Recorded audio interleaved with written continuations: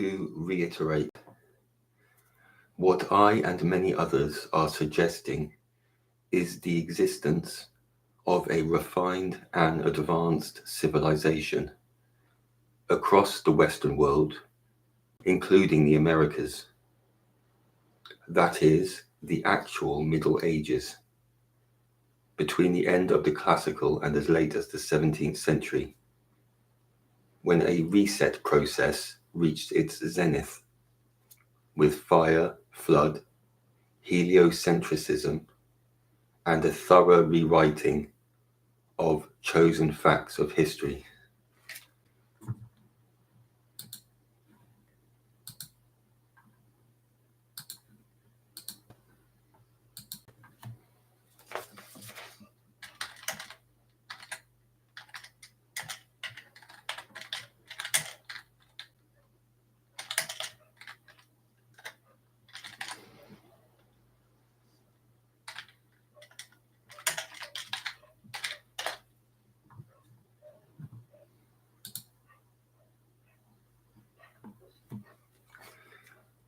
Dolgellau stands out for the severity of mud flooding, while retaining most of the original township, with terraced and stately houses, halls, churches, stone walling, etc. And so, like many postcard mountain castles and villages in Austria, Germany, or Sweden, it has been turned into a tourist destination and bus depot, where hikers can enjoy the rustic architecture without being invited to ask questions as to where it all came from.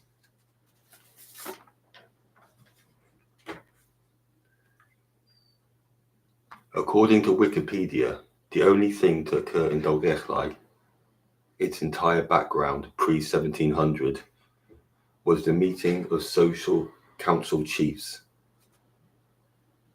As with the Scots and Irish, depicted as wild Celts with swords, warriors like in the cinema.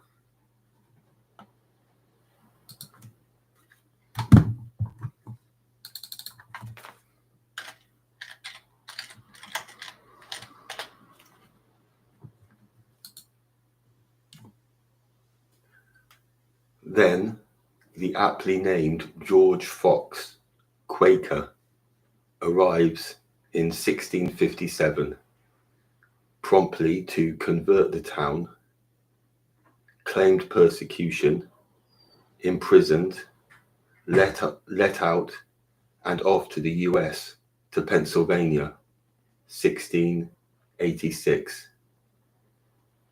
where he and his pilgrims are successful too in altering the culture and ownership in lands there.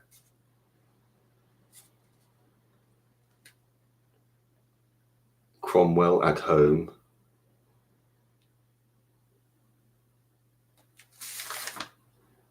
and the French Revolution gearing up in Paris.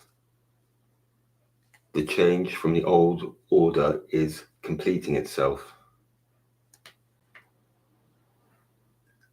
Or maybe switching faces to parliamentarianism and the Houses of Lords, the Industrial Revolution.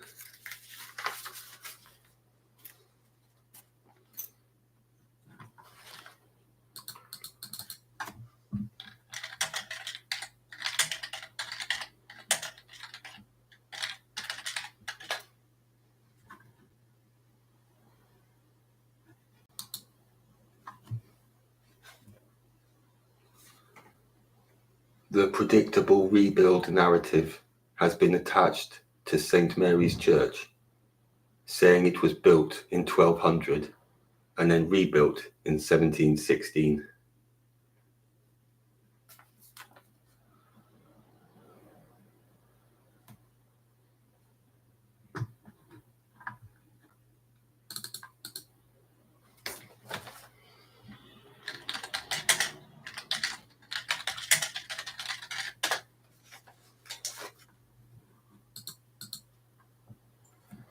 There's been witnessed recently how quickly and completely flash flooding can devastate a settlement, with the geoengineering induced Gulf of Mexico hurricanes, especially in the Carolina Mountains, where the gradient and dislodging of large sections of earth created these lethal, sediment and rock-heavy, unstoppable rivers. Dolgellau town sits in a dip, surrounded by peaks, with already naturally damp ground and watercourses. So let's compare some images of what Wales may have been circa 1000 in locations in Germany and Austria to the wild Celts of our history books.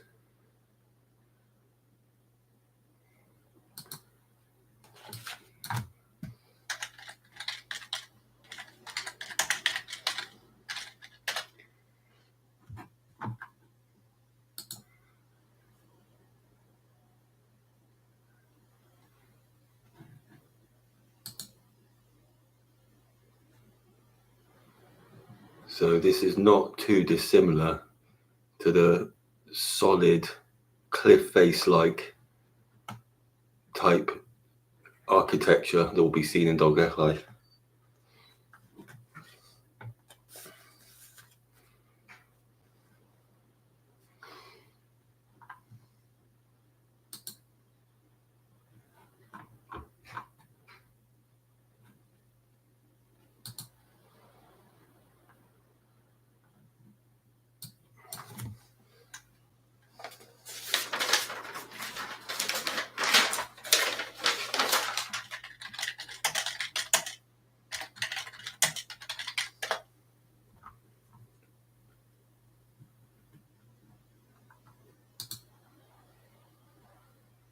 And this is how we are told people lived, sort of hunched over fires, dirty streets, simple peasanty activities going on. These houses look not quite as impressive as the ones we'll be looking at in the next video, but then again, those ones are being claimed to have built around 1700.